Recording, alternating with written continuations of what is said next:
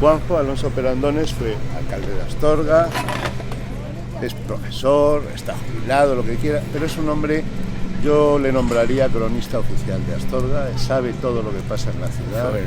Vamos a hacer un diálogo tranquilo, pausado, como te venga bien.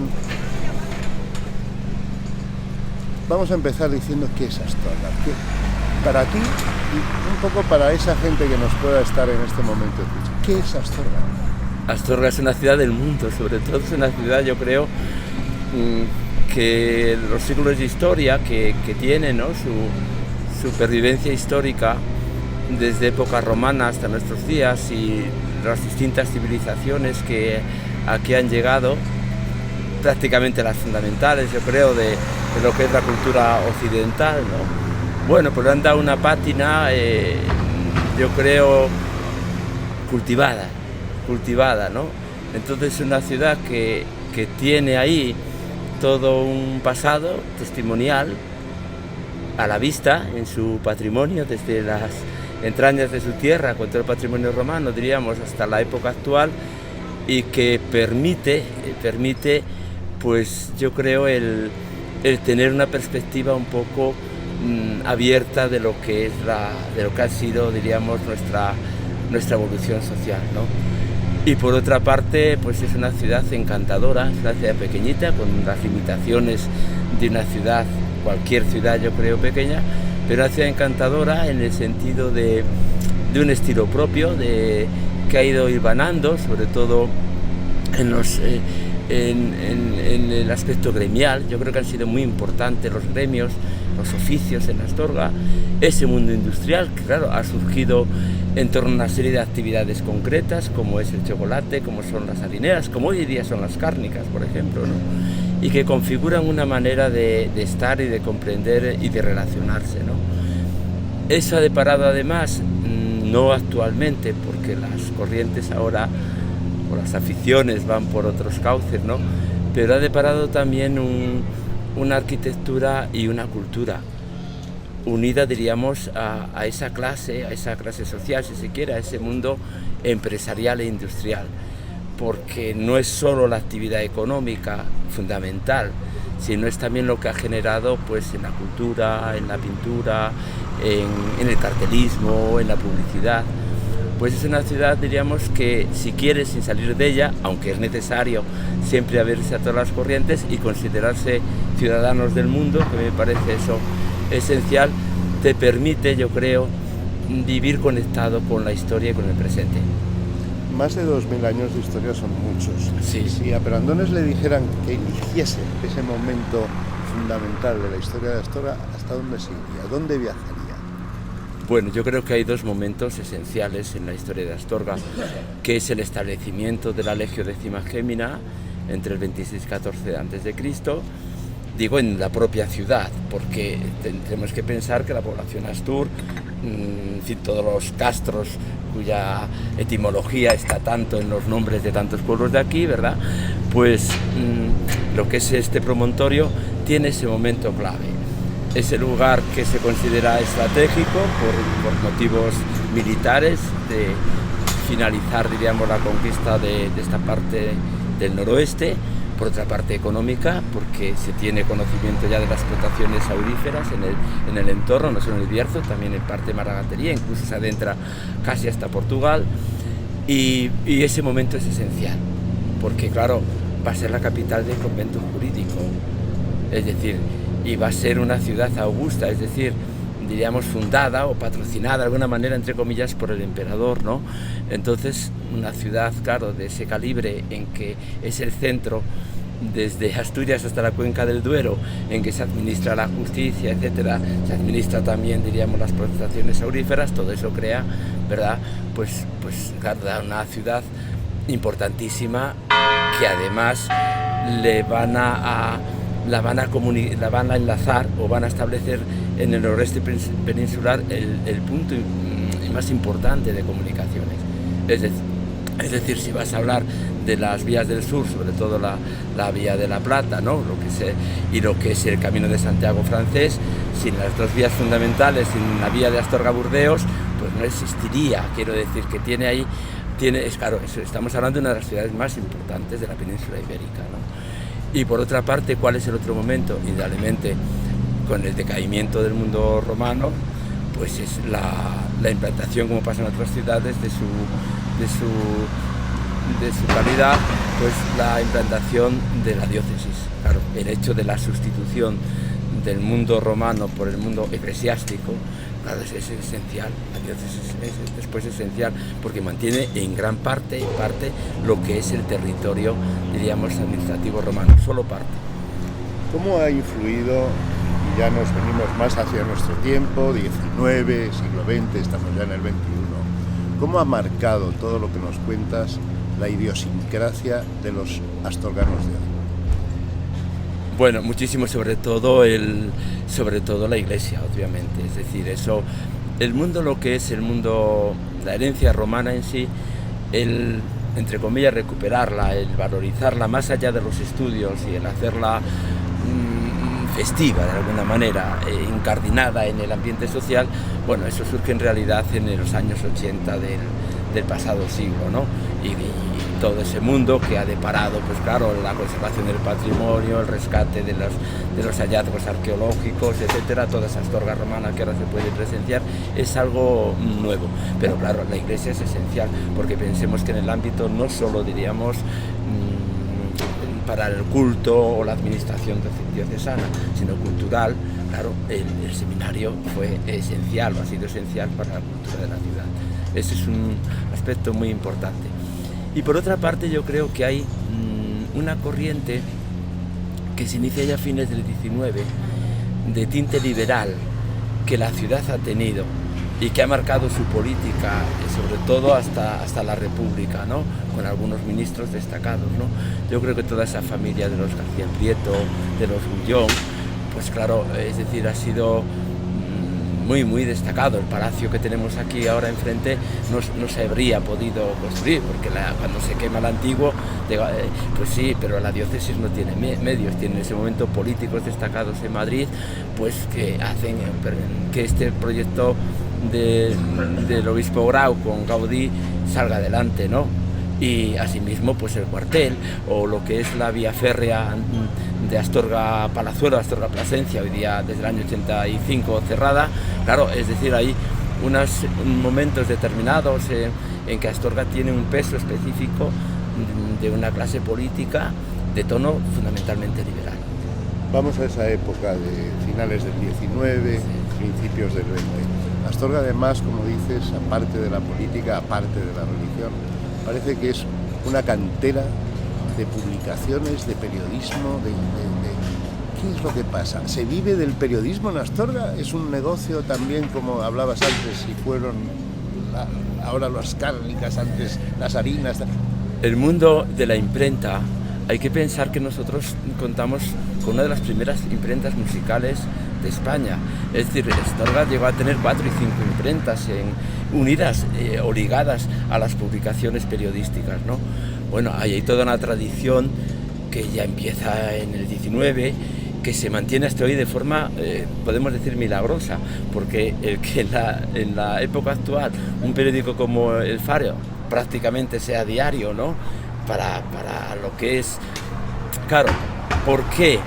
La prensa, en este momento digo del Faro, claro, está muy ligada a esa querencia de los astorganos, nuestra ciudad, las comarcas vecinas son zonas de migración ya desde el siglo XIX, es decir, primero América, pues ahora dentro de lo que es España, ¿no?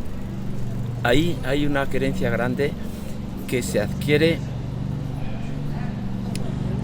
aunque parezca inconscientemente, por un acervo histórico, que es, claro, si vamos nosotros a últimos del 19, principios del 20, aquella ciudad publicaba sus obras de teatro, las representaba incluso en las casas, se leía el periódico. Quiero decir, hay ahí un cultivo de unas generaciones que ya están ligadas al mundo editorial, entre comillas, tanto en la imprenta como, claro, en los numerosos periódicos que sabemos que Astorga tuvo, y junto a revistas literarias. ¿Cómo puede ser eso en una ciudad de 4 o 5 mil habitantes? Pues sencillamente por un hábito social. ¿Cómo se crea ese hábito social? La ha creado sobre todo la clase media burguesa, la clase industrial, esa de la que hablábamos antes, ¿no? Que no es solo, es que claro, aquí por ejemplo, vamos a pensar, la clase social que podían sus hijos estudiar, estudiaban de los gremios y de las empresas, de los chocolates, de las harinas, etcétera, estudiaban derecho. Pero es que algunos se dedicaron después exclusivamente a la literatura. Es algo curioso, ¿no? Pues pasa con Ricardo Gullón, pasa con el mismo Juan Panero que hace, en fin, aunque muere tan joven, pasa con Leopoldo Panero. Es decir, hay una gama de personalidades que surgen, yo creo, por el propio acervo que heredan de la ciudad, que crean, diríamos, una costumbre que se transmite. Y llega hasta hoy, aunque nos parezca imperceptible, ¿no? Es lo que yo puedo percibir. Hablabas de gremios. Esa gente, por ejemplo, los hijos, ¿estudiaban, por ejemplo, en el seminario? ¿Había alguna conexión? Los primeros años casi era inevitable. Hay que pensar que los institutos públicos, como es decir, es de la época ya republicana, de la Segunda República, ¿no? Como la Escuela de Trabajo, en la que fue director, por ejemplo, Magín Revillo, una de las figuras de las familias clave de la prensa astorgana, ¿no? Pero antes, claro, eran centros o bien el seminario, donde cursaban varios los primeros años, o bien, por ejemplo, el Centro Luis Gonzaga, que estaba adscrito al Instituto General y Técnico de León. Es decir, pero era el seminario, eran fundamentalmente centros privados, pero claro, sí.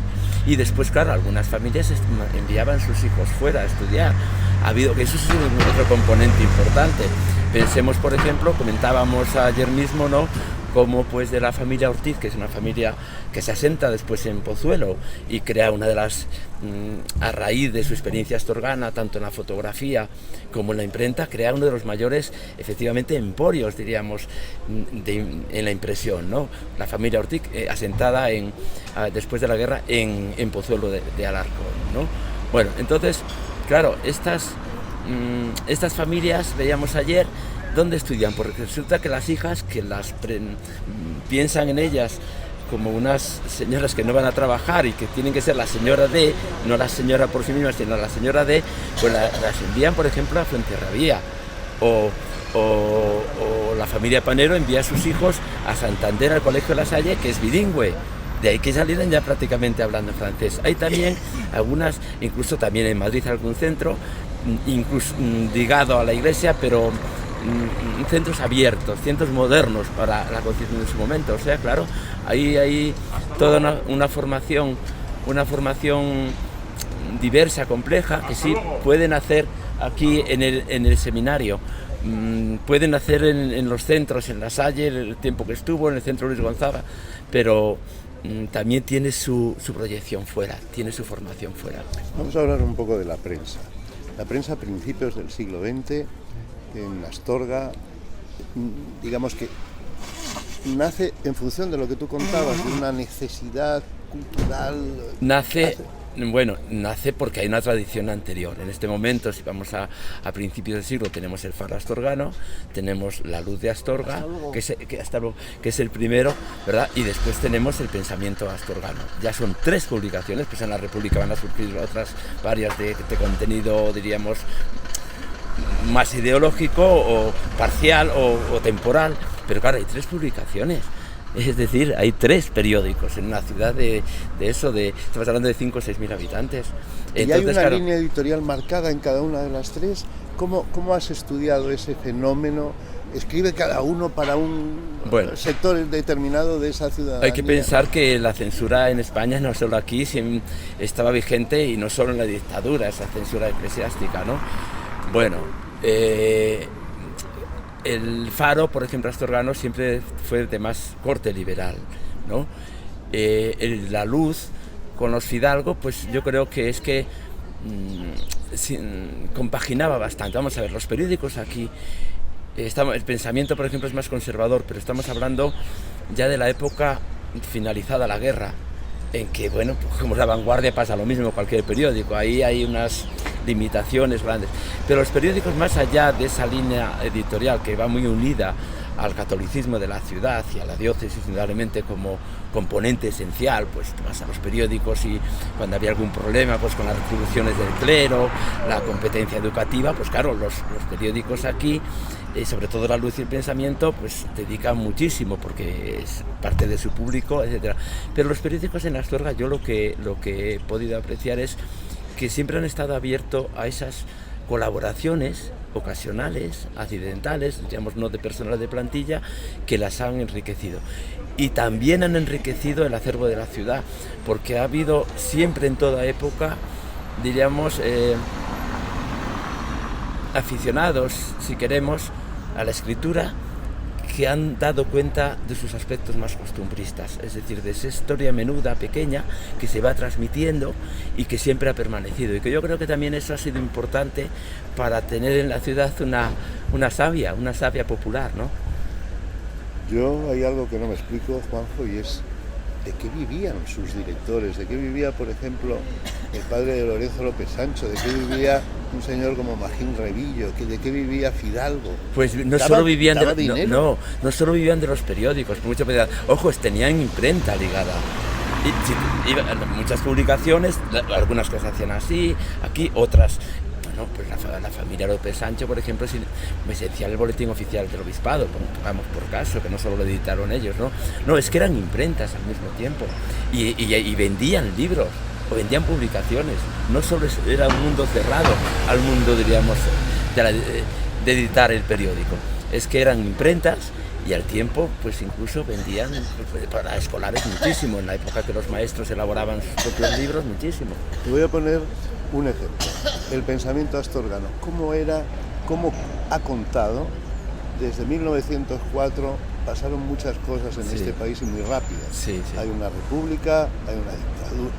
¿Cómo cuenta el periódico? ¿Cómo cambia? Y en este caso, ya centrándonos mucho en el pensamiento, se nota el cambio de filosofía nacional, local. Sí, el pensamiento astorgano, como entiendo, vamos a ver, tiene una línea clarísima en cuanto, diríamos, a la defensa de los intereses, si rezaba, ¿verdad?, de la Iglesia diocesana, eso es evidente, ¿no?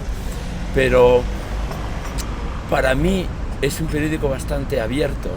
Vamos a ver, pongamos por caso, don Matías Rodríguez, que fue, en fin, persona que yo pues creo que es una de las satisfacciones mayores que he tenido, porque su biografía prácticamente era desconocida, me llevó tiempo indagar en su historia, ¿no?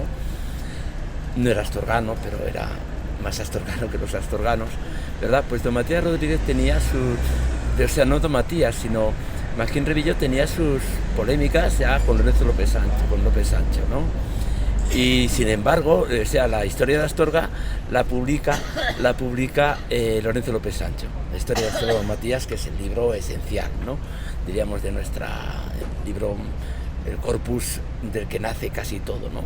En el que se basan estudios posteriores. Bueno, pero Magín Revillo le dedica varios números precisamente a la historia de Astorga, no en el mismo momento que se publica, pero casi inmediatamente, incluso reproduce textos, ¿no? Y de que es un periódico bastante abierto a otras participaciones, aunque a otras colaboraciones. Claro, yo lo que sí veo es un cambio esencial, pero pasado, yo creo, en toda España con la dictadura, es decir, a partir del año 36, sobre todo, ya una vez que es fusilado el alcalde, y bueno, se habla, cuando el comandante Elías Gallegos habla por la República, etcétera, en los primeros manifiestos, cuando toma el poder no solo en la ciudad, sino en todo el territorio como punto clave para el bando nacional. Ahí hay un cambio, diríamos, integrista incluso muy destacado. Yo creo que es la época, ¿no? Y después el pensamiento tiene, a mi entender, es un periódico que después se reduce en su tamaño antes de la segunda salida del Faro, en el año 80, pero ahí en los años de la transición el pensamiento se reduce del formato. Y me parece que es de los momentos de la prensa más frescos que Astorga ha tenido y más imparciales.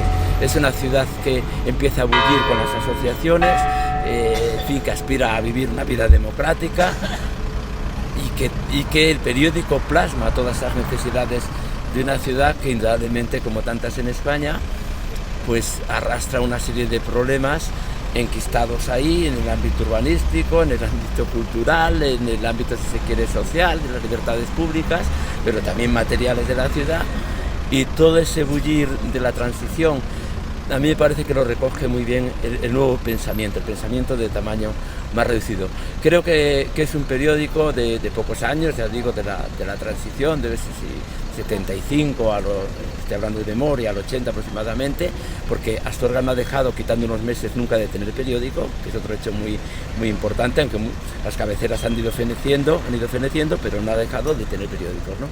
Y yo el pensamiento ahí de la época de la transición lo considero porque además gente que estaba en la ciudad, que tenía mucha memoria de lo ocurrido, de los sucesos anteriores, escribe ahí. Me parece una época muy importante, ¿no? Y durante la dictadura ya anterior, o dicta blanda si queremos, de Primo de Rivera, pues yo, claro, era una dicta blanda, no tiene nada que ver, diríamos, con lo que ocurre después del año 36 hasta la transición. Y el pensamiento, como La Luz de Astorga, que son los dos periódicos que quedaron en la época de Franco, bueno, pues fueron suavizando muchísimo según fue pasando el tiempo también, diríamos, en la tolerancia en cuanto a su apertura a colaboraciones que en su momento, en la inmediata posguerra, eran impensables. Ha tenido una historia, sobre todo en el pensamiento, que por razones obvias conozco más, muy irregular, yo diría, sí, en lo que ha sido la propiedad. No sé si sí, la intelectualidad, pero digo, sí, sí. Primero, habrá que aclarar mucho, me gustaría que lo cuentes, qué cobra un colaborador, porque estamos aquí quizás con nuestra idea de hoy, que se pagaba, yo creo que no. Los colaboradores no. No, aquí ha habido una participación gratuita, permanente, eso es imposible en los periódicos, eso es imposible. No, Astorga, quiero decir, ha habido una afición a la escritura. Yo creo que Astorga siempre ha contado, entre ellos un humilde servidor, aficionados, escribidores, que, bueno, pues hay una tradición. Yo cuando estudiaba en el instituto éramos colegiales, o bien en el pensamiento o en La Luz de Astorga, publicábamos nuestras cosillas, ¿no? Pues que nos llamaban la atención, y no era yo solo, éramos varios, ¿no? Eso ahora casi se ha perdido en la gente joven, eso sí, eso ya hoy día, esas colaboraciones juveniles que empezaban, y que empezaron pues Ricardo Bullón o Leopoldo Panero, que después son el principio realmente de una serie de temas o de enfoques, tanto de la vida social como de pensamiento, que tienen su raíz ahí, aunque después alcancen otra dimensión, ¿no? Pero la tienen ahí. Eso todo existía, por ejemplo, cuando yo estaba en el instituto, ¿no? Escribíamos varios sobre, pues no sé, pues la romería del Castro, o una fiesta, o el Palacio Encantado, no sé, es decir, la visión de la ciudad. Todo eso, claro, la ciudad escrita es una ciudad muy amable. Siempre es una ciudad muy amable cuando tienes un patrimonio al lado y unas costumbres, unas tradiciones, ¿no? Yo soy partidario de conservar las tradiciones que no van en contra nunca del mundo moderno. Y hay tradiciones que son como ritos o maneras colectivas de estar, de divertirse, de participar, que no se han de perder. Y todo eso aparece en los periódicos por gente realmente que no cobra nada. Llegaba a la ciudad, por ejemplo, la angustia de la falta de papel, la falta de una imprenta. Eso lo viví en casa, ¿no? El abuelo. Era efectivamente también, yo creo, la dedicación de los periodistas astorganos muy altruista. Sí. Entonces, esa angustia de que el periódico se muere, ¿se vive también y se siente en la ciudad o no? ¿Habéis sido conscientes en algún momento, por ejemplo, digo, claro, en años ya... Claro, fue 60, en el año 79, o en torno al 79, 79-80, hubo unos meses ahí, claro, que cuando el pensamiento se acaba, pues claro, ahí la ciudad parece que no sabe vivir, pero después siempre, claro, ¿quién pone en marcha? Es decir, porque es un reto complicado, claro, una ciudad pequeña, mantener un periódico, una publicidad tan escasa y tan barata, es en primer lugar cobrando poco, en fin, es un mundo, ya digo, y sobre todo a partir de que la imprenta ya deja de estar como complemento del periódico, que no olvidemos, y la venta de libros, que eso es muy importante, ¿no? Claro, entonces eso, hubo un momento ahí, y ahora pues no está en la ciudad, quiero decir, el mundo, la gente, los más jóvenes están ya inmersos en el mundo digital, es indudable, ¿no? Pero hoy día sería una lástima que el Faro Astorgano, que tiene, claro, unos problemas tiene que tener financiación enormes, porque es que la publicidad no da de sí. Por mucho que se quiera, no va a aumentar ahí considerablemente.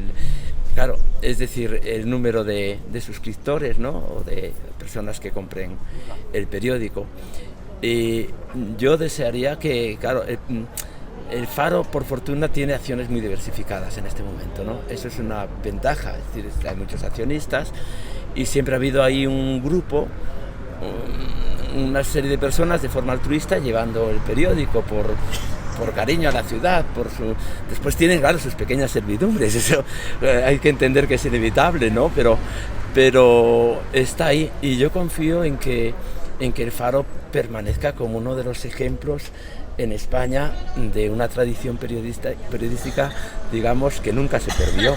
Es decir, ahora, el momento, yo me admira que salga cada día un periódico pequeñito, modesto, pero bastante libre de pensamiento. El periódico aquí, a no ser que sea una ofensiva, etcétera, escribe realmente el que quiere, ¿no? En fin, es una suerte para la ciudad, pero estamos en tiempos difíciles. No sé, yo no querría ver el fin de la prensa impresa en Astorga, ¿no? Yo creo que si se plantease una crisis grave en el futuro, pues tendríamos que ver cómo no dejamos morir eso, ¿no? ¿Cómo queda aparcada tu etapa intelectual, tu etapa de profesor, cuando llegas al ayuntamiento? ¿Qué recuerdos tienes hoy como el primer alcalde, del tiempo moderno, primer alcalde socialista, de una ciudad, yo diría que conservadora, con unas reglas preescritas de urbanidad, de comportamiento, de una clase social que afortunadamente ya está mucho más entrelazada, pero ¿cuáles son esas experiencias del alcalde demócrata que ha tenido? Bueno, yo sencillamente he procurado ser un servidor público, el primer servidor, ¿no? Pero no lo digo con una jactancia oculta, no. Es decir, en primer lugar, la política para mí se ha centrado en el bienestar de la ciudadanía, nunca para mí la política fue una obsesión personal y que trascendiera el ámbito local. Es decir, me parece que podía hacer algo, no yo solo, con otras personas, podíamos hacer algo por la ciudad nuevo o novedoso o algo que estaba ahí latiendo, ayudar que aflorase, porque un alcalde no hace nada por sí mismo sin una colaboración ciudadana, a no ser puede hacer mucha propaganda y puede pagar mucha propaganda, pero lo que es ahondar en su ciudad y que ese potencial que tiene sacarlo fuera, eso no es cuestión de un alcalde, es cuestión de la comunidad y de una sintonía de la comunidad, ¿no? Bueno, entonces, en primer lugar, quiero decir que yo me centré humildemente en lo que me parece que podía colaborar como un ciudadano en ese ámbito, no más relevante que muchas personas que a lo mejor pues, están atendiendo a los enfermos, etcétera, y que son anónimas y que hacen otra labor, porque aquí hay gente, no toda, pero hay mucha gente necesaria para el ritmo diario de la ciudad, su convivencia y su, lógicamente, pálpito social, ¿no? Es mucha gente la que está laborando por eso. Yo me lo planteé así, no dejar la enseñanza, yo nunca dejé la enseñanza, sencillamente lo que no cobraba en el instituto, a mitad de jornada, lo cobraba el ayuntamiento. Tuve una época muy difícil en el año 83, cuando pactamos con Recaredo, venía del antiguo régimen, pero como independientes, como tanta gente, un grupo, y ahí, claro, ahí sí que fue para mí es la época más importante, yo sé que para los ciudadanos de Astorga piensan que es la larga o dilatado tiempo en la alcaldía. Para mí fue mucho más importante del año 83 como teniente alcalde, del 83 al 87. Ese fue el cambio esencial de lo que vino después. Ese momento fue duro para mí porque tenía, en fin, muchísima responsabilidad y claro, trabajaba todas las horas en el instituto en ese momento, Ricardo Bullón, ¿no? Ese fue, pero era un empuje enorme, se trataba de, vamos a ver, yo nací en Astorga y soy un ciudadano más, pero yo la ciudad la he sentido desde niño y nací por casualidad, se puede decir, en Astorga, porque nací en las afueras, en un molino, en una vivienda que alquilaron a mis padres en un molino, y nací en la parte de la moldería de acá, y por eso nací en Astorga. Pero desde niño yo observé la ciudad, yo pensé mucho la ciudad. Es decir, vivíamos a las afueras, yo tenía que venir al barrio y marchaba de noche con mucho miedo para jugar con los niños, ¿no? Pero yo siempre observé mucho la ciudad, su comportamiento social, me entusiasmaban pues sus tradiciones, sus fiestas, sus problemas también me preocupaban, ¿no? Y me parecía, cuando gané la oposición, pues pedí Astorga, podía haber pedido cualquier sitio, porque en ese momento podía haberlo hecho, tenía otras, y pedí Astorga. Bueno, es un poco como profesor de los hermanos Taviani, ¿no? Que viene un poco a ver si puede aportar algo a su ciudad de la que prácticamente nunca ha dejado, ¿no? Y entonces ahí yo tenía una preocupación esencial para mí era el tema urbanístico y el tema patrimonial. Claro, se destruyó mucho en Astorga, yo eso estaba al tanto, se destruía, había algunas personas como Gustavo Quintana, etcétera, que eran conscientes, pero la situación política, la situación municipal, etcétera, eso no lo amparaba, no teníamos patrimonio, ¿no? Se destruía muchísimo, entre ellos las termas mayores, que fue uno de los motivos, yo estaba muy al tanto de todo eso, ¿no? Claro, el urbanismo en Astorga de los años 60 hizo verdaderos estragos, es decir que yo todo eso me preocupaba mucho, claro, pensábamos, estamos en el año 83, los barrios, gran parte de las zonas no urbanas, incluso del centro urbano, estaban sin pavimentar. Teníamos un problema enorme de infraestructuras, empezando por el propio abastecimiento de agua, que es que no teníamos.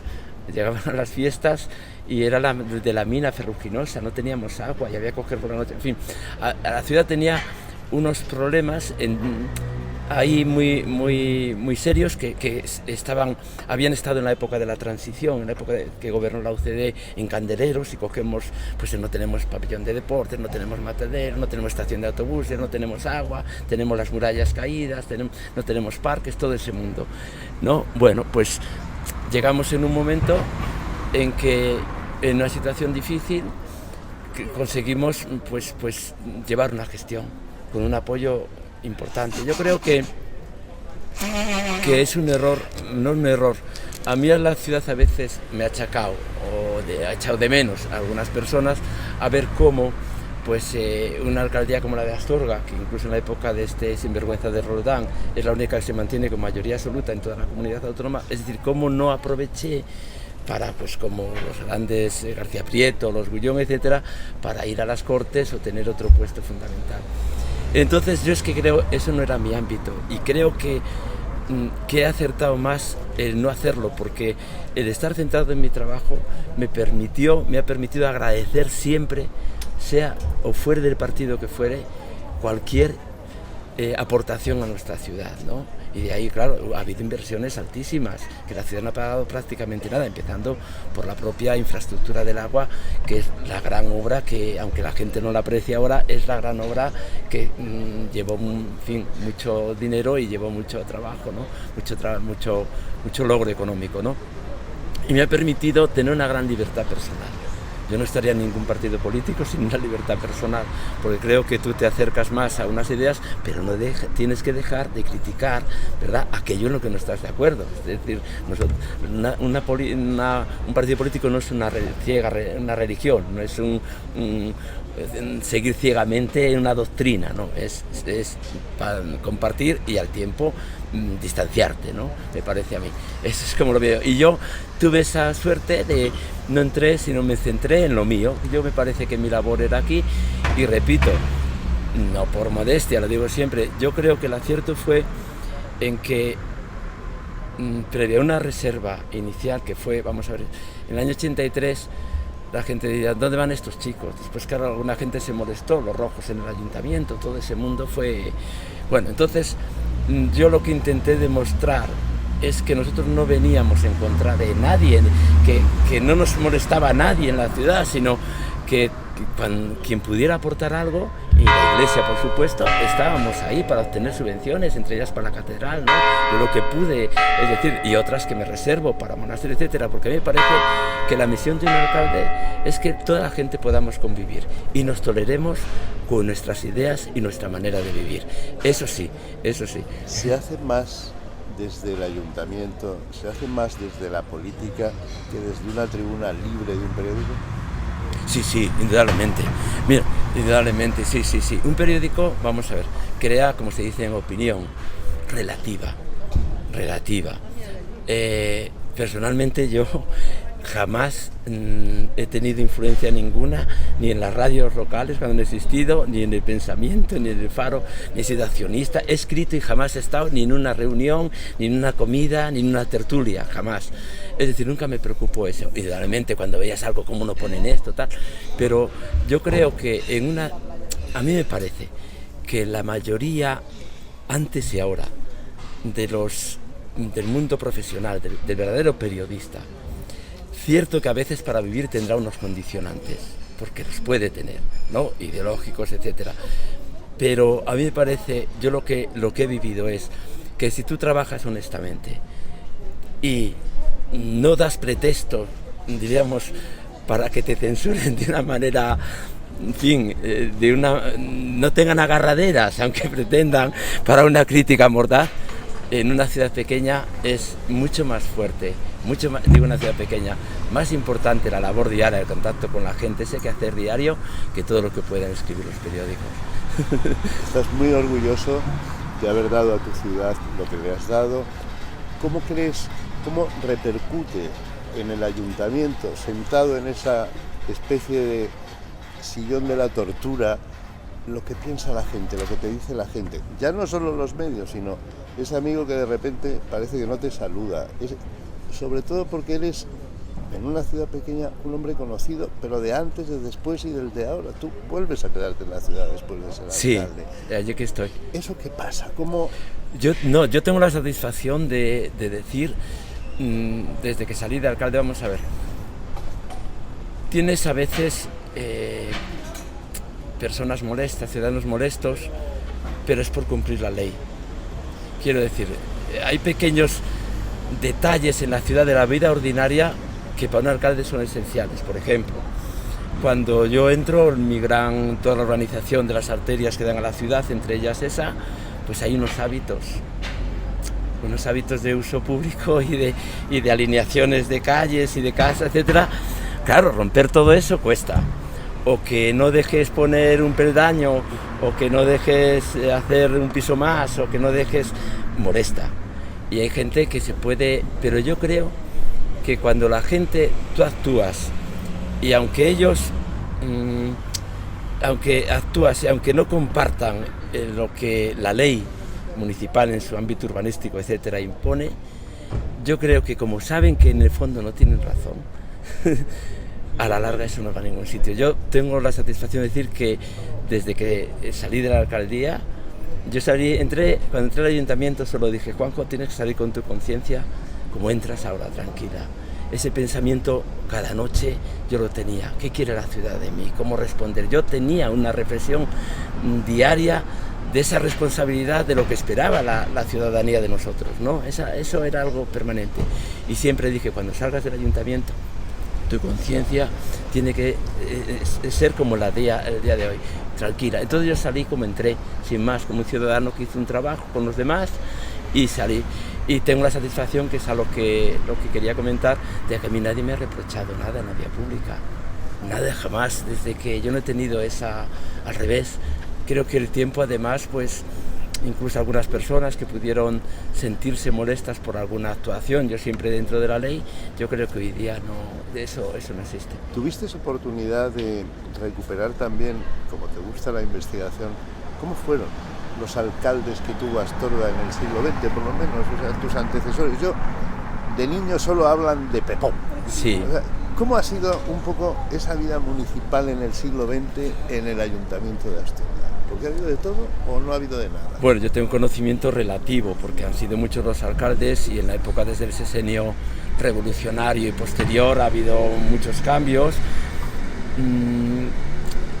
Yo tener una idea muy, quitando desde lo que yo he vivido y lo poco que he leído, pero yo no tengo, diríamos, un historial de los alcaldes con sus labores, ¿no? Claro, tengo mucha simpatía por la época republicana, por Carlos Verdejo, ¿no? Pero también por Del Otero también fue, creo, un buen alcalde, ¿no? También Leoncio Núñez fue alcalde, ¿no? El dueño de la Casa de los Paneros, que fue masón, por cierto, tuvo una serie de... ha tenido mucha gente, pero es que no hay un alcalde en concreto, es decir, hay muchos proyectos como el abastecimiento de agua, etcétera, en su época, que llevan varias legislaturas, ¿no? En cuanto a la época que a mí me tocó vivir, yo claro, de niño con Pepón, como se decía, con el señor José Fernández, ¿no? Que tenía su rudeza, pero al tiempo él, como además fue procurador, se imponía y procuraba traer por la ciudad. Bueno, es decir, yo no sé, de esa época, pues bueno, algunas cosas se consiguieron, ¿no? Y después, pues tengo de Gatón, yo creo que le tocó vivir esa época de la transición difícil, y yo creo que en la medida que pudo no tomó decisiones. Fue una época convulsa en el ayuntamiento, incluso no comparecían a veces en la época de transición los concejales, ¿no? Era todo el mundo que bullía y de intereses muy contrapuestos, ¿no? Pero yo creo que también fue bastante digno. Gerardo García Crespo para mí es una excelente persona. Don Luis, pues... Don Luis le tocó la época de la transición, él tenía una mentalidad empresarial de no gastar, etcétera, más reducida, pero bueno, ahí también se plantearon temas. Yo creo que todo el mundo ha sido positivo. No hay un listado de cosas hechas por cada ayuntamiento. En el ayuntamiento de Astorga queda esa historia pequeña. Tú me dices, por ejemplo, evidentemente la gente no sabe que has hecho una inmensa obra en el alcantarillado, en las... Ya. ¿No queda un listado de lo que hacen los alcaldes? Nosotros, yo nunca gasté un céntimo. No, pero me refiero, ¿no hay un libro donde se pueda ver? Sí, vamos a ver, sí, una persona que quiera realmente, porque claro, las obras no es cuando se piensan, ni incluso cuando se ejecutan, sino cuando se consiguen, que es distinto. Es decir, porque tú ves que inaugura alguien algo, pero probablemente muchos de los que inauguran no han tenido absolutamente nada que ver, sencillamente han dejado terminar una obra. Eso en España sí, hay muy poca cortesía además para reconocer, pero sí, es decir, vamos a ver, hay ayuntamientos que tienen su gabinete de prensa, etcétera. Aquí yo, quitando estos tiempos actuales, que me reservo la opinión, ¿verdad?, en cuanto al mundo del grigay que hay aquí, el ayuntamiento nunca tuvo ni un céntimo para eso, nunca tuvimos, ¿no? Recuerdo que la elaboraba yo con datos objetivos de la canción de 3 o 4 números, pero yo ya no podía, ¿no? Pero quien quiera, sencillamente, pues sí, porque todos los pagos, bien sea la comisión permanente antigua, la Junta de Gobierno del Pleno Municipal o los decretos de la alcaldía, ahí está lógicamente recogido absolutamente todo, cuando se consigue, cuando se paga, cuando se ejecuta, claro, ahí sí, es una labor ya de investigación, a no ser que el alcalde de turno se haya preocupado, claro, de elaborar su historia y dejarla escrita, cosa que yo no he hecho. Me acabas de decir algo que de alguna forma yo creo que va con la idiosincrasia de muchos astorganos. Bueno, de eso voy a evitar hablar, o no quiero saber, o tal. ¿Cómo es ese maragato que ha sido arriero, que ha ido del mundo para allá, para acá, que ha tenido la confianza? ¿Cómo es en su trato personal? Bueno, a veces, el otro día lo decía Alberto Delgado con una manera muy divertida, ¿no? Decía, bueno, aquí los sobrevenidos hay una regla, y es cuidado, no te pases. Yo creo que esa regla la llevan también los maragatos, los astorganos. Bueno, los astorganos... Cuidado, no te pases, cuidado con lo que dices. Es que hay el buen tono, hay como un buen tono, ¿no? Es decir, hay una serie, es decir, no se puede ser procaz, ¿no? O sea, es un buen tono en saber lo que también, hasta qué punto tienes que decir las cosas y no molestar. Claro, eso es yo creo que es una costumbre buena, astorgana, ¿no? Aquí no se dice abiertamente, no se va a un sitio y se pone verde a alguien o tal, ¿no? Sugieres o dices, y a veces también pasa otra cosa. Yo creo que hay un componente que es el silencio, que es a veces más clarificador en el astorgano que las palabras. Hay también mucho de cotilleo en la ciudad. Yo creo como en toda ciudad pequeña, lo que la gente vive muy pendiente una de otra, ¿no? Sobre todo, claro, eso ha cambiado bastante. Depende de la perspectiva, depende los astorganos no es lo mismo, astorganos que han vivido en este ámbito, no han vivido pues en el extranjero o han salido a estudiar fuera y que han quedado toda la vida así, quizá las personas que han vivido siempre aquí, que han estado más enlazadas, más estrechamente relacionadas de continuo, están más pendientes unos de otros. Pero yo creo que en toda ciudad pequeña eso es inevitable, el que haya personas que estén muy pendientes del acontecer ajeno. ¿Cómo ha sido la vida del arriero? ¿Ha dado también una impronta a la ciudad? Aquí se dice de repente que es el mejor puerto de mar que hay en España. Aquel arriero transportista ha dado algo a los negocios de Astorga, el chocolate que hablábamos antes, ¿tiene algo que ver todo eso? El enclave, el estar aquí, los trenes, el cuartel, por ejemplo, que no hemos hablado del cuartel. Vamos a ver, lo que es el mundo de la herrería es un mundo fundamentalmente de maragatería, ¿no? Y no de toda la población, de parte de la población. Es decir, que una parte vive de la agricultura, etcétera, y otra parte, idealmente en los pueblos, es ese mundo arriero. Ese mundo arriero finiquita en gran parte con el ferrocarril. El ferrocarril ya no hace necesario pues el transporte en carromatos, etcétera, de los productos, sobre todo desde los puertos gallegos a la capital, ¿no? Bueno, pero claro, eso es un mundo muy interesante, es un mundo económico, es un mundo de tipismo que se recoge en la literatura, en la pintura. Es un mundo endogámico también, porque todo ese mundo arriero, por temas de herencias familiares, es consanguíneo en gran parte, ¿no? Pero se da mucho en la maragatería, sobre todo, más que en la comarca maragata, más que en la propia Astorga.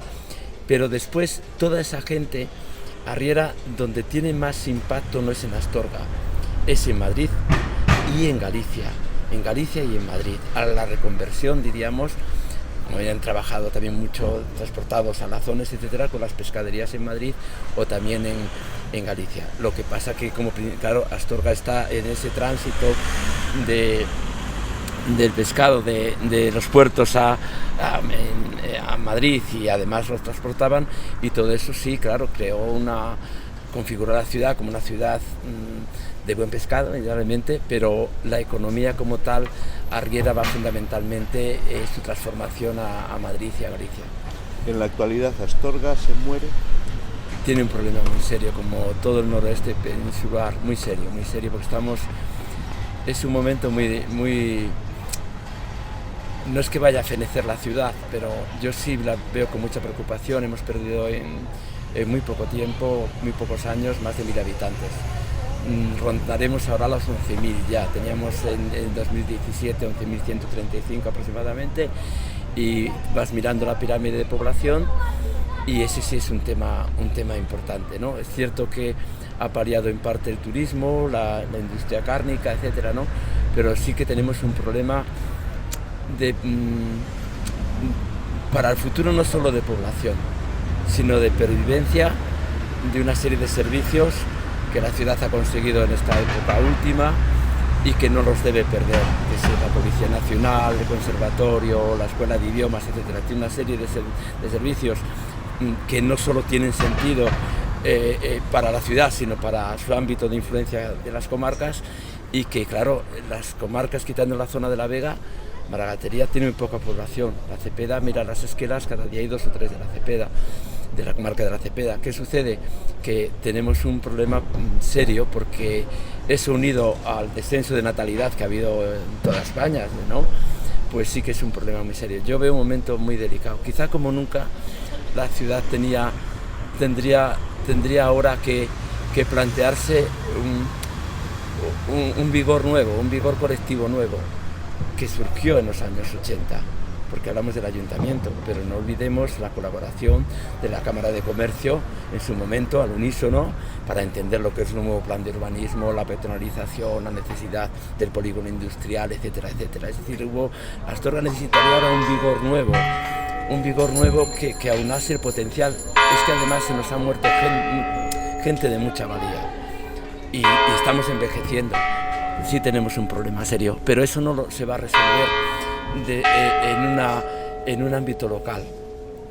Ya me preocupa mucho, creo que hay una pérdida tan grande de esfuerzos que se tiran, es decir, se desaprovecha tanto las posibilidades, el empleo del dinero público, es decir, no hay manera de coordinar. Es decir, tú, por ejemplo, ahora, para que nos hagamos una idea, se cerró en el año, fin de año del 84, la línea férrea de Astorga-Palazuelo, la línea del oeste que llamábamos aquí.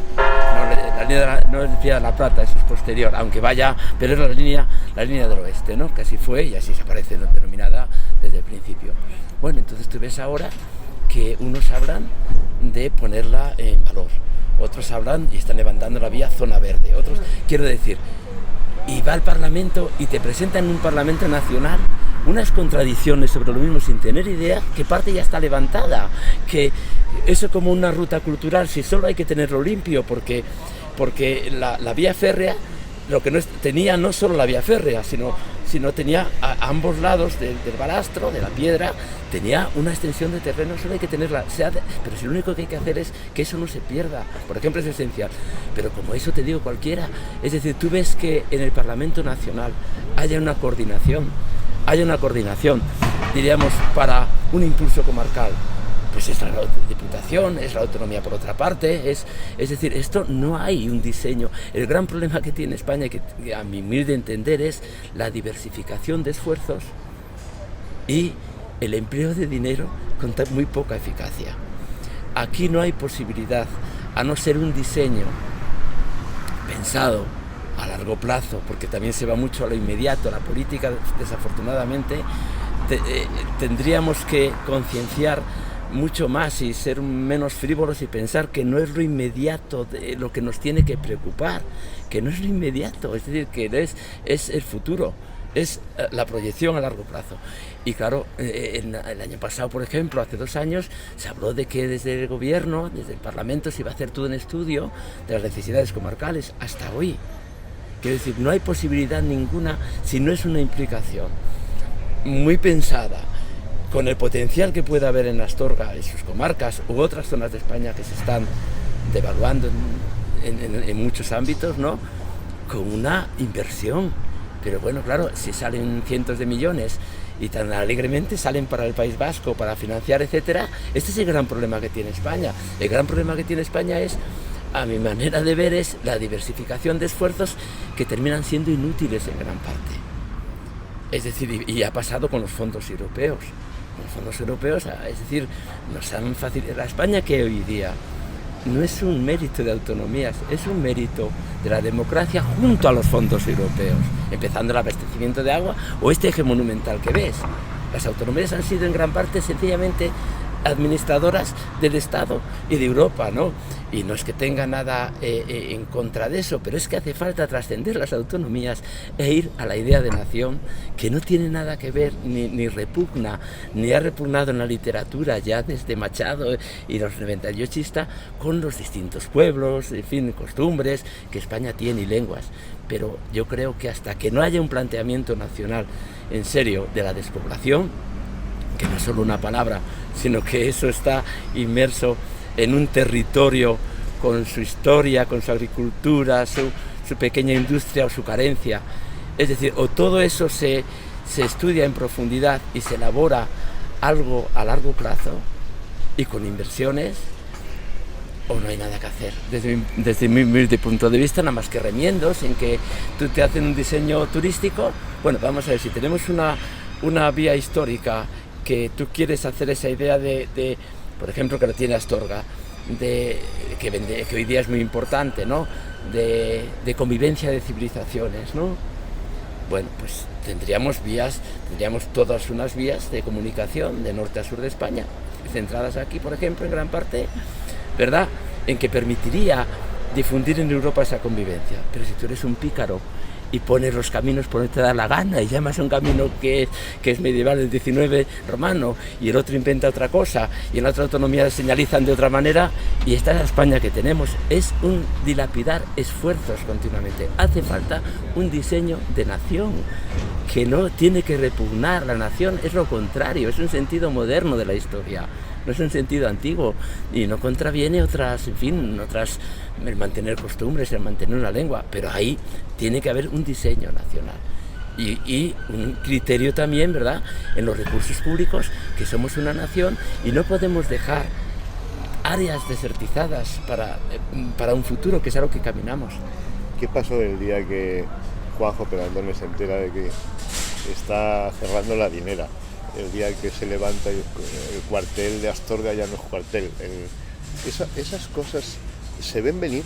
Quiero decir, ¿se va a ver la repercusión que tú estás pidiendo de alguna forma? No, hoy pasa esto, pero ¿qué estamos haciendo para mañana, no? Pues mira, el cuartel está en gran parte casi por el ministro Alonso. El cuartel ya al retirar los batallones, que era de cañones, el batallón de cañones, tuvo un problema de supervivencia. En ese momento tuvimos la suerte que el ministro Alonso yo tengo que decir que en ese momento fuimos el teniente alcalde Luis y yo les presentaba la dimisión. Y es que hay que hacerlo así, con la jefatura de Estado Mayor, que nos reunieron allí, le dije al ministro si eso no se soluciona, porque es que no te dan otra alternativa.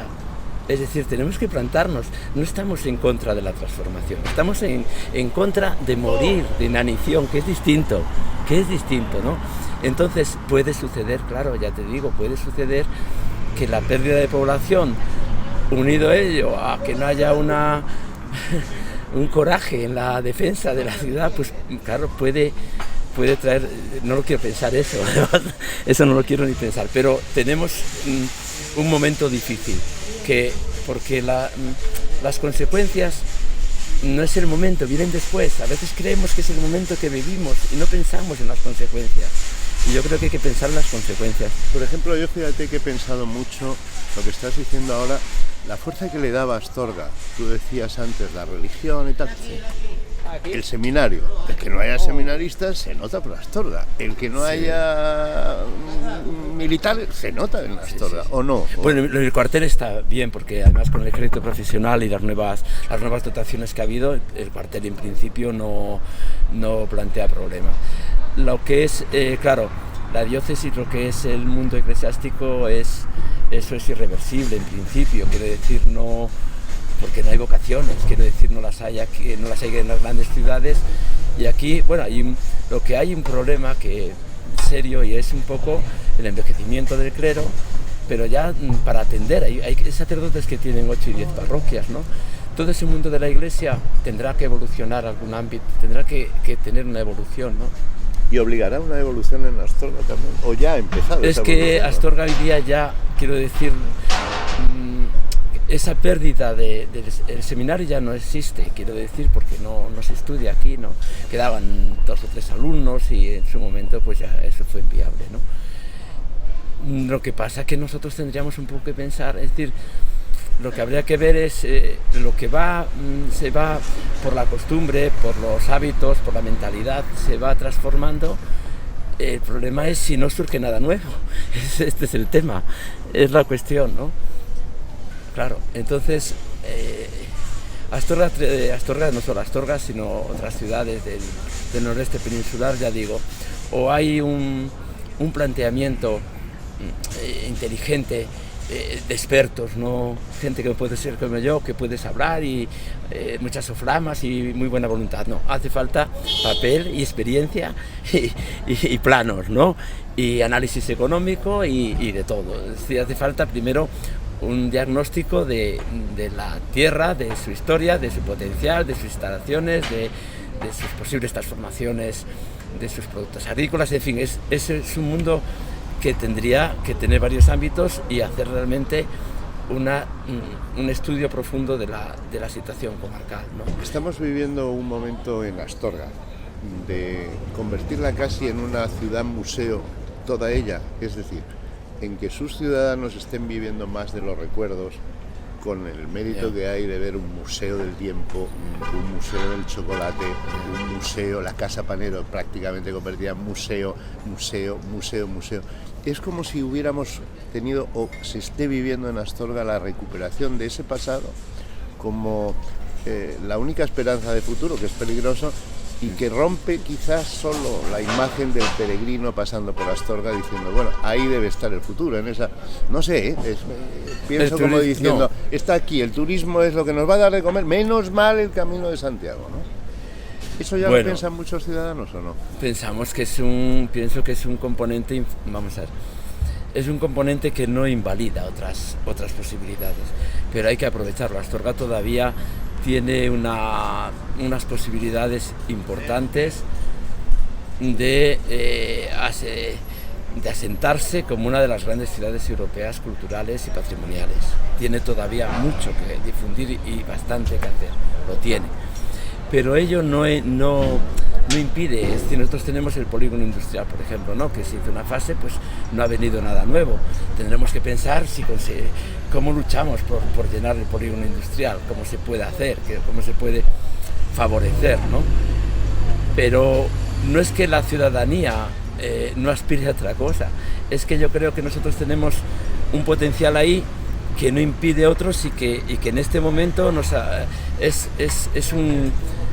es un caudal de posibilidades, lo es decir, pero no porque Astorga quiera vivir, diríamos, como una ciudad, diríamos, que vive de lo ajeno totalmente, del paso de la gente, ¿no?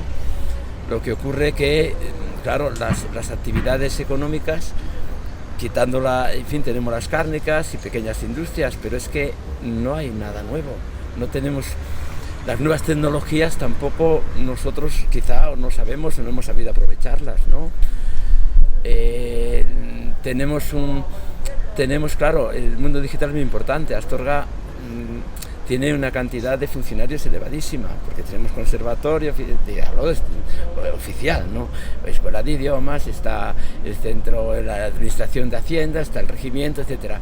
Hay muchísimos funcionarios, pero el problema de Astorga es que no viven aquí. Las nuevas comunicaciones, en gran parte, yo como profesor del instituto, pues no sé si estaríamos el 15-20% residiendo en Astorga del claustro, ¿no?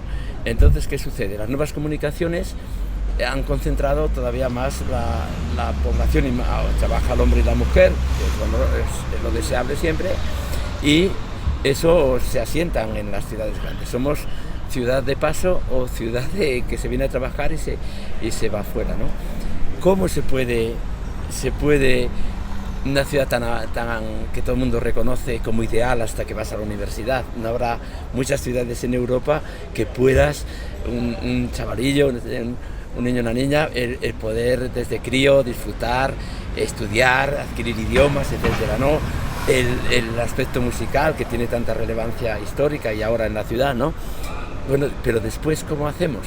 Entonces, claro, ¿cómo se hace para atraer esa población que podría vivir aquí? Bueno, en primer lugar, si tú vas a Castrillo y tienes un problema, diríamos, de comunicación a través de internet muy serio, pues va a ser difícil. Entonces, lo que yo pensaba antes es cómo se hace un diseño, pero profundamente pensado, comarcal, que requiere inversiones altas, infraestructuras, no tanto en Astorga, sino en el entorno, que hagan atractivo, porque nosotros necesitamos las comarcas también. No sé, me supera. ¿Cómo era? Ya no te voy a dar más la lata. Has tenido la suerte de convivir, de ver al ciudadano, de que el ciudadano se acerque. ¿Cómo fue tu relación en el ayuntamiento con los medios de comunicación? ¿Dabas dinero para que hablaran? Ay, no, jamás, nunca. Nunca, jamás. Además, eso me parece, es decir, es algo que me repugna totalmente. Yo creo es decir, yo no quiere decir que iban al ayuntamiento todos los días y yo, pues igual no estaba de acuerdo con algo, pero es mi problema, eso tiene que ser mi problema. Mi relación fue siempre, pues, estupenda, o sea, que lo que no me gustó, pues me lo aguanté y ellos hicieron su labor, porque ya digo, jamás en la vida es que me repugna. Si algo creo que en España, a mi humilde entender, es prevaricación, es como desde la política, pasó por ejemplo en Cataluña para descubrir lo que es el propio Estado, a qué medios financiaba. A mí la prevaricación que no se está tocando más grande son dos. Porque nosotros, la hucha que tiene el dinero es de la ciudad, no es del político, es de la ciudad o del Estado o de la comunidad autónoma. Entonces, tenía que estar penalizado el que, cuando se demuestra que tú discriminas yo humildemente, nosotros, quiero decir, puede haber, no voy a mencionar algún medio, porque no eso, hubo un medio, bueno, pues que una persona, hay un periodista que como quedó desencantado con Felipe González, pues yo pagaba las culpas, ¿no? Jamás se retiró un euro, lo que jamás se hizo, es que no quiero mencionar el medio porque no es necesario, ¿no?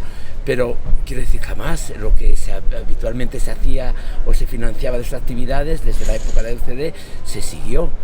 Me repugna totalmente eso, creo que es prevaricar, es decir, la sociedad necesita tener medios críticos sobre todo, es decir, porque si tú pretendes que los problemas que la ciudad tiene o que tú no resuelves te los enjuaguen o creen un mundo virtual, pues es lo más nefasto que puede haber para yo para mí es prevaricar, es decir, que se vea claramente que tú financias un medio para utilizarlo porque te sirve o se sirve mutuamente, para mí es prevaricar y tendría que estar condenado. ¿Cómo era Magín Revillo? ¿Tú hablaste con él alguna vez?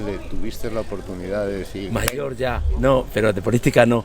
Yo a Magín Revillo, claro, te voy a decir, la máquina famosa, lo conocía mucho, bueno, de hablar, porque yo he sido un chavalillo anónimo en la ciudad.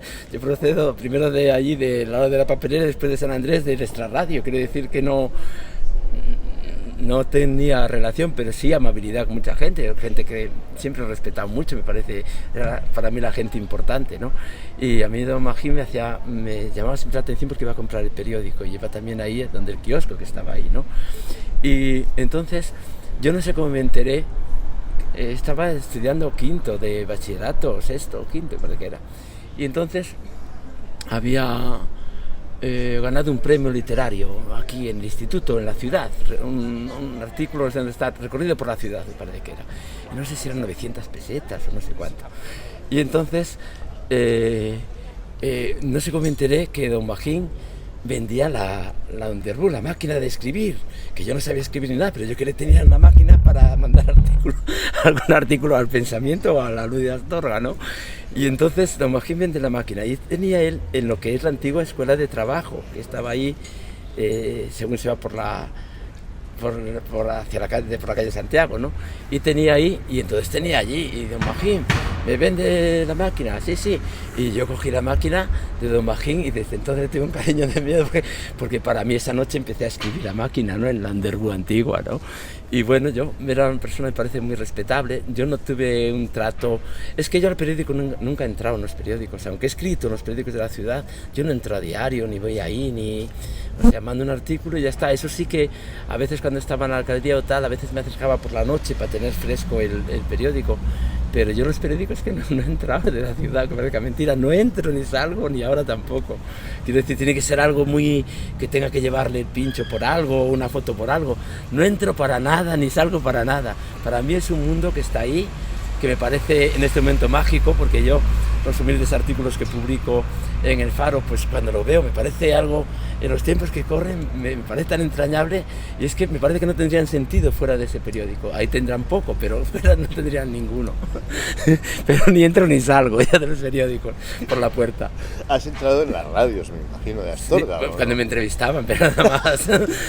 Yo tampoco, a no ser cuando me entrevistaban tampoco. Y cuando querían, yo es que no me preocupaba. Es más, sobre todo porque, bueno, cuando entramos al ayuntamiento, hay que decirlo todo, había una serie de reservas hacia nuestras personas, éramos los rojos y las personas que estaban en los medios, varias, en los consejos de administración, pues claro, bien, no es que son bellísimas personas, pero tenían una reserva grande. Yo nunca me preocupé, o sea, no, yo creo que nos fuimos ganando todo eso, sí, respetándolo, yo no, es más, al final iban al ayuntamiento. Perdón, voy a abrirle la sombrilla. Sí.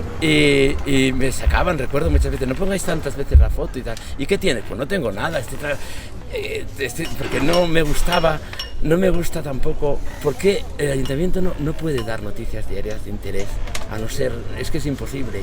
Y entonces, bueno, pues ellos, hay una urgencia a veces ahí en la prensa por llenar, en buen sentido, porque claro, la ciudad es lo que da. Y entonces, bueno, pues no me saquéis tanto, ¿no? Bueno, yo conmigo muy bien. Y alguna cuestión, pues que discreparon, yo recuerdo en el Faro Astorgano, siempre hubo, pues a veces se discrepaban. Pues, te pongo un ejemplo, de lo poco, ¿no? De lo poco que había veces cuando me sacaban cada poco yo vi que el hospital era imposible, porque vi que era imposible. Eso está en muchos artículos del Faro, era totalmente imposible, ¿no? Entonces dije, Juanjo, como todo, si no sacas algo, tienes que aprovechar la ocasión, la protesta de la ciudad, para negociar otra cosa. Y entonces yo en la Junta yendo y tal, le dije, mira, si no queréis tener jaleo en la ciudad, no se hizo ningún hospital comarcal ni nada, tenéis que dotarnos de un centro nuevo de especialidades y tal, que es el que hay ahí. No nos dieron la ambulancia, pero en la ciudad hay que darle algo, y vino el helicóptero, en fin. Bueno, esto es a veces la gente que no está en la... entonces me atizaban, ¿no? Cuando la Plaza Romana también me atizaron mucho por la conservación de los restos, eso fue... era día tras día. Y yo, bueno, pues yo en el futuro diría, siempre decía, yo creo, porque yo, vamos a ver, lo que no... Yo siempre que estuve en el ayuntamiento, y ahora creo que soy el más ignorante del mundo, lo soy, porque no conoces un político. Ya me hace mucha gracia cuando te entrevistan a uno y la gente espera grandes cosas, pero ¿qué vas a esperar de fulanito, de menganito, de mí mismo? Pero se convierte, mira, me ponía malo.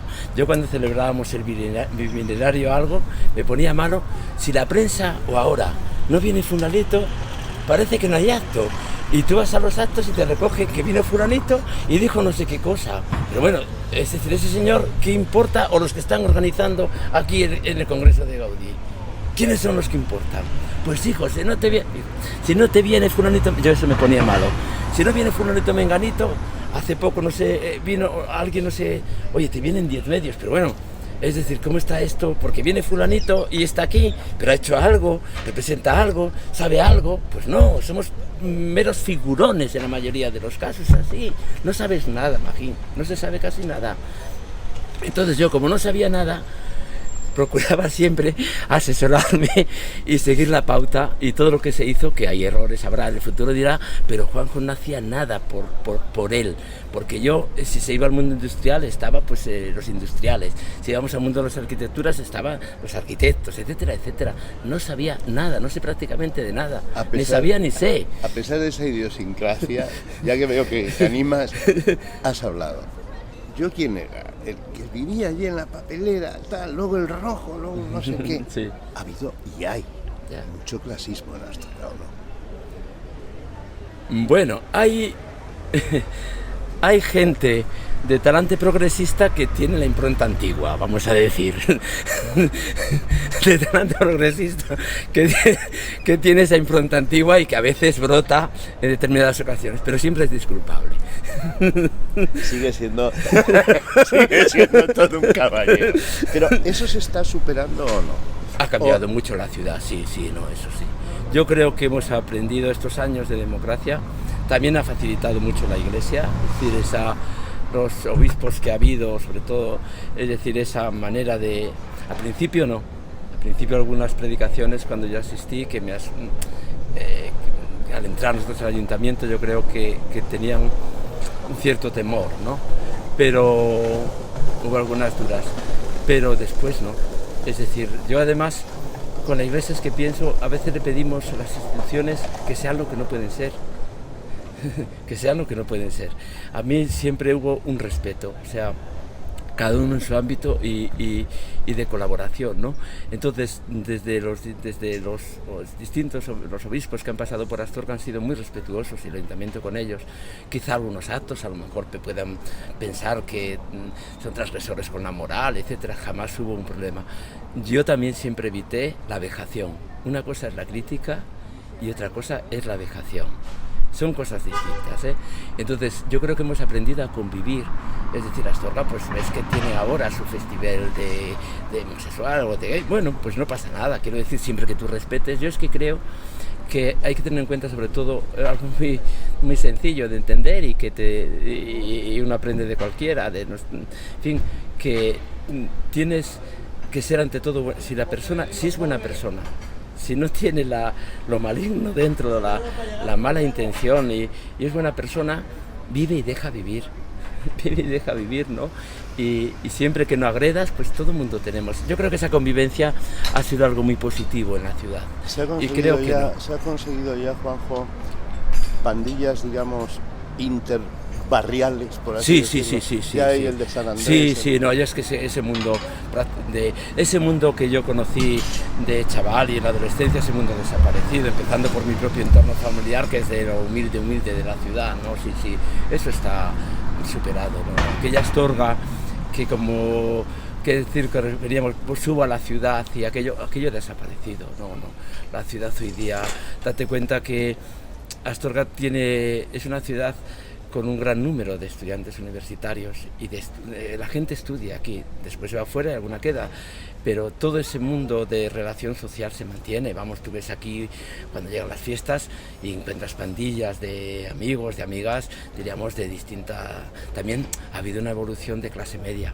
Ojo, también ha habido una evolución social, ¿verdad? Económica, no es el mundo que describe Lala en su familia, de las doncellas, de todo ese mundo desaparecido. Es decir, es otra historia. Hoy día en las casas asisten casas, señoras fundamentalmente, pero sobre todo extranjeras, ¿no? No tiene nada que ver, el mundo que yo viví no tiene nada que ver, que ha evolucionado muchísimo. Yo creo que esa relación hoy día entre las personas, y después aquí hay yo creo que mucha gente tiene estilo, o sea, tiene una manera de vivir no burda. Me parece que hay estilo en la ciudad, hasta en general, en la gente hay un estilo, una manera de estar, de respetar, de guardar silencio para comunicar más que hablando, como decíamos antes, ¿no? A mí me da vergüenza ir con bermudas y esto, viniendo de hacer deporte. Y pues no. Me van a mirar mal. Pues no creo que te miren nada de mal. Es que nadie se fija. Yo, bueno, me ves así, pero yo a veces que tengo la huerta y voy a lo mejor allí a comprar algo y subo con el mono, o subo con... no sé. Sin embargo, fíjate, hay cosas, señas de identidad. Yo cuando hablo y digo soy de Astorga, me atribuyo el ser de Astorga, claro, perdón. Para los astorganos de pro me dicen, tú no eres de Astorga. Sí. Yo me siento de Astorga. Y fíjate que una de las cosas que me pasa, porque yo presumo de Astorga, es que hay muchísima gente que me dice, "Uy, el de las mantecadas, los mantecados en la estación". Hay cosas que hemos perdido que eran señas de identidad, como las mantecadas.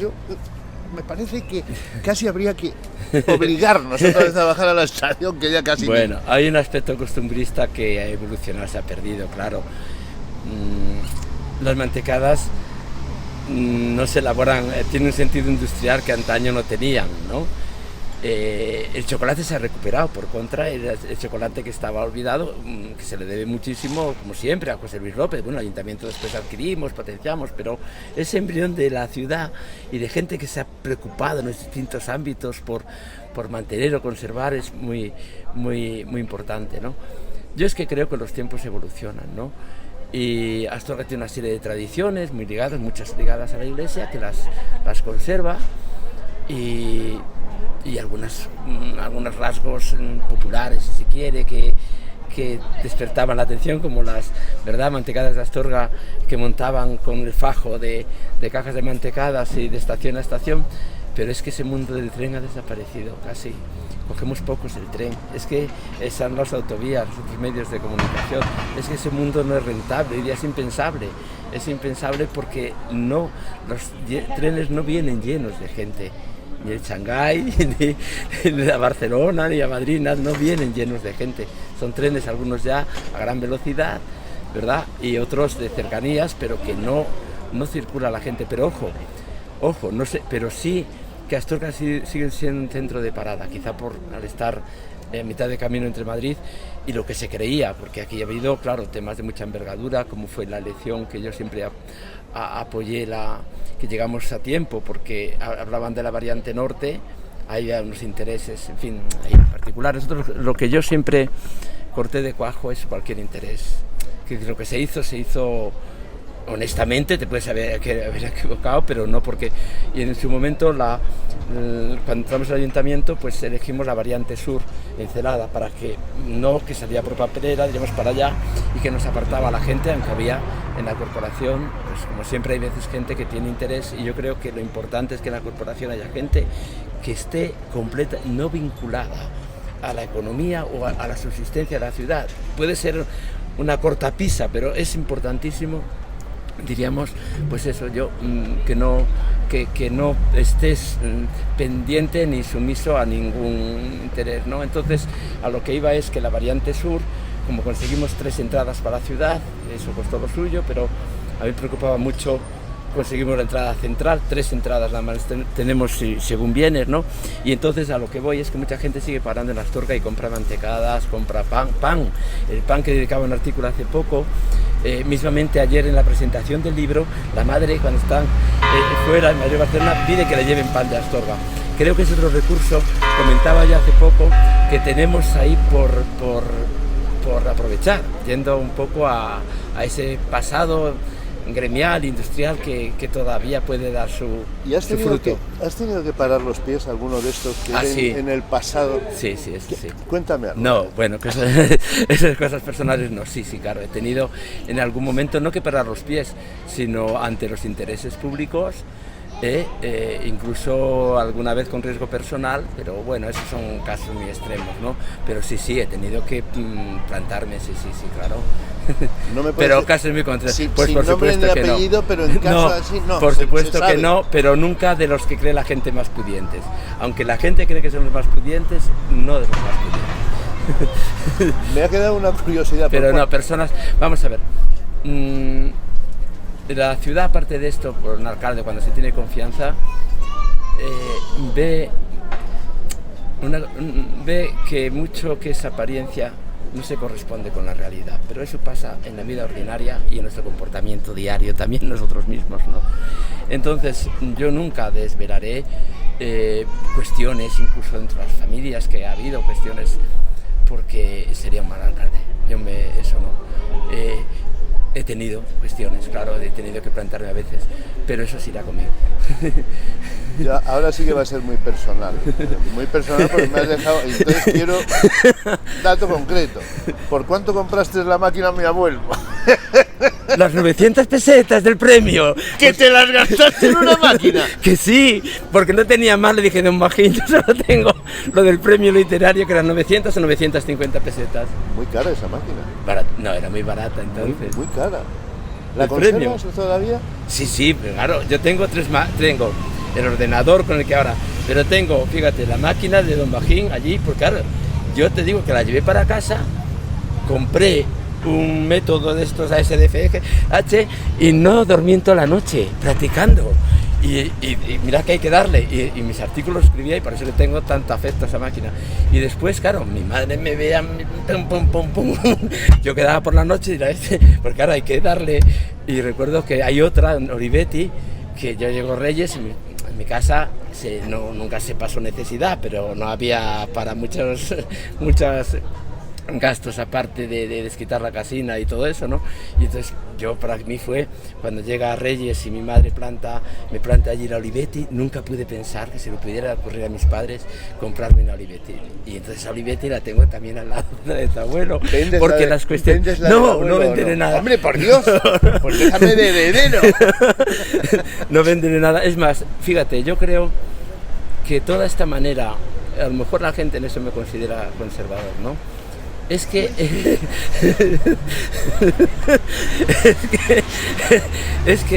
las casas, los objetos, etcétera, no solo tienen ese valor material, tienen un valor a veces familiar, entrañable. Si pongo la casa de mis padres, pero ¿cómo voy yo a mis padres esa casa casi a deshacerme si yo vi a mi madre con el pico cavando los cimientos? Entonces, para mí esa casa no es una casa de dinero, es otra historia. Es que son otras las historias para mí que tienen valor, ¿no? Entonces no hay nada que hacer. La máquina, pues, en fin, ahí quedará, pero la tengo allí porque con ella empecé ya a poder mandar artículos al Pensamiento, siendo colegial y a la luz de Astorga. Yo tengo un orgullo, Juanjo, y te lo voy a decir, porque ahora ya hemos roto aquí, ya acabamos, ¿eh? Sí. Pero yo, una de las cosas que de alguna forma va en mi biografía siempre y tal, fui el primer pregonero con Juanjo. Sí, eso, no, verdad, el mérito es tuyo, no para nosotros tuve para Astorga traernos un hijo de la ciudad y además sin modestia, con la relevancia que tuviste en Radio Nacional. ¿No? Yo, mi orgullo fue ser el primer pregonero de Juanjo en el ayuntamiento. Tenemos algún día que publicar, mira, eso me quedó, pero tendríamos que publicar los pregones, tendríamos que publicarse. Yo además siempre fui partidario, porque ahora hay ayuntamientos que cogen y traían a los políticos, pero no, el político escribe, si es un político que sepa escribir, pero que te lea, siempre, yo es toda esa simulación de talento, siempre, nunca me gustó, nunca me gustó, y entonces siempre fuisteis personas pues, que tenían algo que contar de la ciudad, ¿no? Que lo escribían ellos, que recreaban, en fin, fue así, pero vamos, no tiene nada de...